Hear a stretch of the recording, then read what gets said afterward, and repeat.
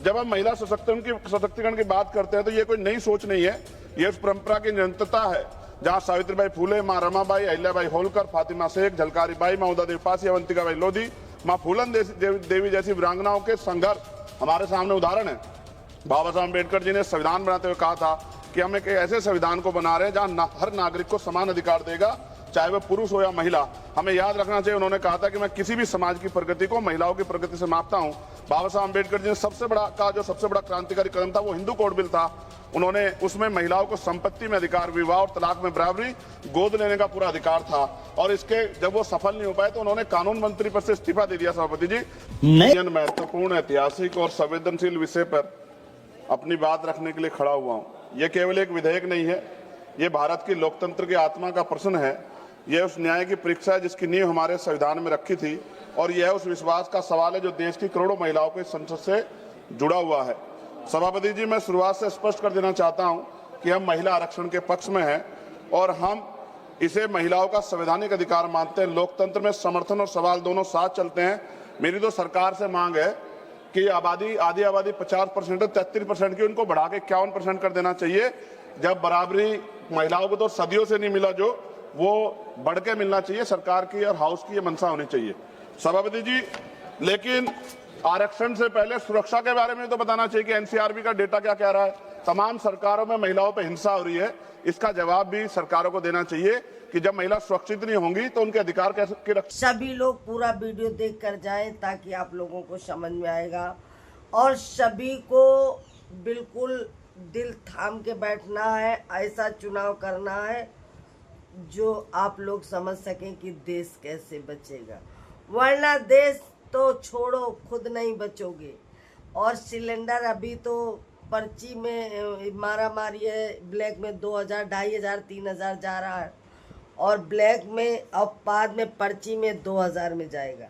अगर आप लोग सही समझ के सही समय पे चुनाव नहीं करोगे तो अभी तो केवल बड़ा दिल्ली, लाल किला, दुनियादारी बिका है, फिर खुद बिक जाओगे, खुद की बहन बेटियां बिक जाएंगी। ध्यान रखना।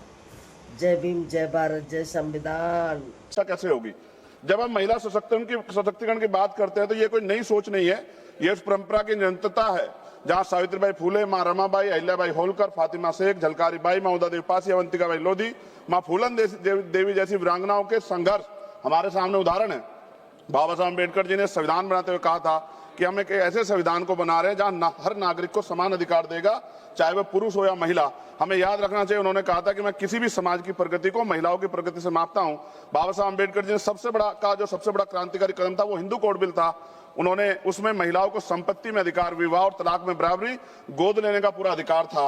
और इसके जब वो सफल नहीं हो पाए तो उन्होंने कानून मंत्री पद से इस्तीफा दे दिया। सभापति जी महोदय, 73वें 74वें संविधान संशोधन जिसके तहत अनुच्छेद 243D और 243T में स्थानीय निकायों में महिलाओं के लिए आरक्षण सुनिश्चित किया गया। आज लाखों महिलाएं पंचायत और नगर पालिकाओं नेतृत्व कर रही है। वो अलग बात है कि बहुत बड़ी संख्या में महिला प्रतिनिधि अपने निर्णय स्वतंत्र रूप से नहीं ले पाती, क्योंकि हमारे समाज ने भी पुरुषों और महिलाओं की बराबरी को स्वीकार नहीं किया। कहीं पिता, कहीं पुत्र, कहीं पति उनके निर्णय लेते हैं। ऐसा बहुत बड़े पैमाने पर देखा गया। भाषण चाहे कुछ भी दिया जाए, लेकिन सत्यता यही है।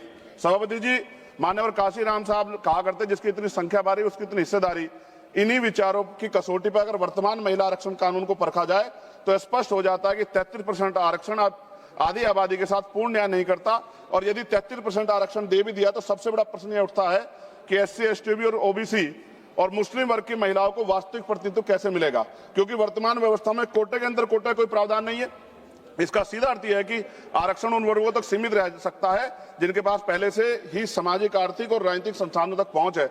ऐसे में दलित, आदिवासी, पिछड़े और मुस्लिम वर्ग की महिलाओं जो सबसे अधिक वंचित है वो हाशिए पर रह जाएंगी, फिर से प्रतिनिधित्व से बाहर रह जाएंगी। ये न केवल महिलाओं के अधिकारों के साथ अन्याय है बल्कि सामाजिक न्याय की अवधारणा के भी खिलाफ है। आज जरूरत है केवल आरक्षण देने की नहीं बल्कि न्यायपूर्ण और समावेशी आरक्षण सुनिश्चित करने की है। आप तो कोटे में उपवर्गीकरण यानी कि कोटे के अंदर कोटे की बात करने वाले हैं, तो महिला आरक्षण में इसे लागू करने के पीछे आप लोग क्यों रह गए? क्योंकि जब तक सबसे वंचित महिलाओं को उनका हक नहीं मिलेगा तब तक कोई भी आरक्षण अधूरा ही रहेगा। ये लड़ाई केवल आरक्षण की नहीं, ये लड़ाई बराबरी, सम्मान और असली लोकतंत्र की है। सभापति जी, मैं इस सदन के माध्यम से हो रही चर्चा के बीच एक मूलभूत प्रश्न उठाना चाहता हूं। सामाजिक न्याय की वास्तविक स्थापना कैसे होगी? हम सब जानते हैं कि बाबा साहब अम्बेडकर ने दलितों और वंचितों समाज के राजनीतिक सशक्तिकरण के लिए पृथक निर्वाचन की मांग की थी। उसका स्पष्ट मत था कि जब तक दलित समाज में को अपने प्रतिनिधि स्वयं चुनने का अधिकार नहीं मिलेगा, तब तक उनका वास्तविक सशक्तिकरण संभव नहीं है। लेकिन परिस्थितिवश पूना पैक्ट के कारण ये मांग अधूरी रह गई, क्योंकि गांधी जी अनशन पर बैठ गए थे। मैं इतिहास को नहीं दोहराना चाहता, लेकिन उस समझौते ने दलितों को आरक्षण तो दिया, लेकिन स्वतंत्र राजनीतिक आवाज छीन ली। माननीय सभापति जी, बहुजन आंदोलन के महानेता काशीराम जी ने अपनी प्रसिद्ध पुस्तक चमचा युग में भी इस व्यवस्था की सीमाओं को उजागर किया है कि कैसे वर्तमान राजनीतिक ढांचे में दलित प्रतिनिधि अक्सर स्वतंत्र नहीं रह पाते, अपने समाज से ज्यादा अपनी पार्टी के प्रति समर्पित हो जाते हैं। यही हाल पिछड़े वर्ग के नेताओं का भी है। अगर आप सही मायने में दलितों को, महिलाओं को, पिछड़े वर्ग को आरक्षण देना चाहते हैं, लाभ देना चाहते हैं, अगर आप वास्तव में उन्हें संसद में सतत रूप से लाना चाहते हैं, तो वक्त आ गया कि उनके लिए पृथक निर्वाचन की व्यवस्था की जाए, क्योंकि बिना स्वतंत्र राजनीतिक प्रतिनिधि के आरक्षण केवल एक संख्या बनकर रह जाएगा, सशक्तिकरण नहीं बन पाएगा। अगर हम सच में सामाजिक न्याय चाहते हैं तो हमें आधे अधूरे समाधान नहीं, बल्कि साहसिक और मूलभूत निर्णय लेने होंगे। उसके लिए पृथक निर्वाचन की व्यवस्था करनी पड़ेगी। लोकसभा की तरह सभापति जी, राज्यसभा की सीटों में वृद्धि होनी चाहिए। वर्तमान में राज्यसभा की सीटें लोकसभा की सीटों के लगभग 45% है, इसलिए लोकसभा सीटों को बढ़ाने के बाद राज्यसभा की सीटें बढ़ाकर 850 का 45% यानी कि लगभग 383 सीटें होनी चाहिए। सरकार ने अगली जनगणना में, जब गृह मंत्री बोल रहे थे, उन्होंने कहा था कि जातिगत जनगणना कराएंगे, वादा किया था। अगली जनगणना में SC ST OBC की जनगणना की जनसंख्या की गणना के बाद अब समय आ गया है कि राज्यसभा, विधानसभा, विधान परिषद में भी SC ST की तरह OBC वर्ग के लोगों को जनसंख्या के अनुपात में आरक्षण दिया जाना चाहिए, जहां जहां भी अब तक लागू नहीं है। और पिछड़ी और अति पिछड़ी जातियों को भी लोकसभा और विधानसभा में आरक्षण की व्यवस्था हो, जैसे SC ST के लोगों को है। सभापति जी, हमारा संविधान कहता है कि प्रतिशत जनसंख्या के आधार पर होना चाहिए, साथ ही संघीय संतुलन को भी बना रहेगा। 1976 और 2001 के परिसीमन को रोकने का निर्णय इसलिए लिया गया था क्योंकि उस समय यह समझ थी कि अगर केवल जनसंख्या के आधार पर किया गया तो राज्य जनसंख्या नियंत्रण में सफल, जो राज्य जनसंख्या नियंत्रण में सफल रहे, वे नुकसान में चले जाएंगे। सरकार तो कहती है कि ये प्रक्रिया निष्पक्ष होगी, लेकिन सवाल उठता है, क्या इसके लिए सभी राज्यों का व्यापक परामर्श हुआ? क्या कोई सर्वदलीय समिति बनाई गई? क्या राज्यों की सहमति ली गई? अगर नहीं तो ये प्रक्रिया सहमति से नहीं, सख्ती से लागू की जा रही है। मेरी मांग है कि परिसीमन से पहले सर्वदलीय समिति बनाई जाए, राज्यों के बीच संतुलन बनाए रखने के लिए कोई फॉर्मूला तैयार हो। और मेरी मांग है कि राज्य पुनर्गठन के प्रस्ताव है सरकारों के पास, ये परिसीमन से पहले राज्य पुनर्गठन के बारे में सोचा जाए, क्योंकि इतने बड़े बड़े प्रदेशों में उनका भला नहीं हो सकता है। इसलिए बेहतर प्रदेश बनाने के लिए हमें पुनर्गठन के बारे में सोचना चाहिए। सभापति महोदय, महिला आरक्षण कोई राजनीतिक कार्यक्रम नहीं है, महिलाओं का अधिकार है, इसे वोट बैंक की राजनीति से ऊपर उठकर देखना चाहिए। और अखिलेश जी, सभापति जी खत्म करते हुए, अखिलेश जी यहाँ बैठे हुए हैं, मैं उनसे भी आग्रह करूंगा, राजनीति में 1 vote 1 man 1 vote 1 vote 1 value के सिद्धांत पर लोकतंत्र टिका हुआ है।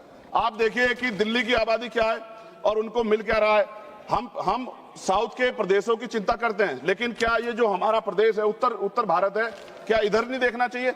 अगर हम लोग करीब से देखेंगे अखिलेश जी, तो 2011 की जनगणना के अनुसार ये समझिए कि उत्तर प्रदेश की आबादी 20 करोड़ थी उस समय, और 20 करोड़ का मतलब हमें आज 140 सीटें मिलनी चाहिए।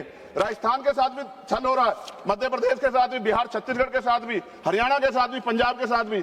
मेरी ये मांग है कि हम राजनीतिक भाईचारा निभाते हुए ये ना भूल जाए कि हमारे प्रदेशों के क्या हाल है। आप समझ के देखिए, एक MP कितने क्षेत्रों को कवर कर सकता है? इतनी बड़ी बड़ी लोकसभाएं बनी है।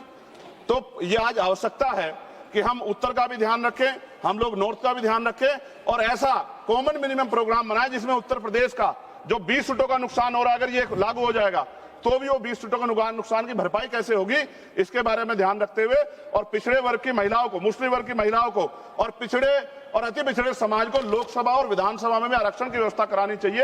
ऐसी मेरी मांग है। बहुत बहुत धन्यवाद। जय भीम, जय भारत, जय संविधान। बाबा साहब अम्बेडकर जिंदाबाद। मान्यवर काशीराम साहब अमर रहे। चंद्रशेखर भाई ने किया आज महिलाओं का सम्मान और संसद में गरजे। सभी लोग पूरा वीडियो देख कर जाएं ताकि आप लोगों को समझ में आएगा, और सभी को बिल्कुल दिल थाम के बैठना है। ऐसा चुनाव करना है जो आप लोग समझ सकें कि देश कैसे बचेगा, वरना देश तो छोड़ो, खुद नहीं बचोगे। और सिलेंडर अभी तो पर्ची में मारा मारी है, ब्लैक में 2000, 2500, 3000 जा रहा है, और ब्लैक में अब बाद में पर्ची में 2000 में जाएगा। अगर आप लोग सही सही समझ के सही समय पे चुनाव नहीं करोगे तो अभी तो केवल हा बड़ा दिल्ली लाल किला दुनियादारी बिका है, फिर खुद बिक जाओगे, खुद की बहन बेटियां बिक जाएंगी। ध्यान रखना। जय भीम, जय भारत, जय संविधान।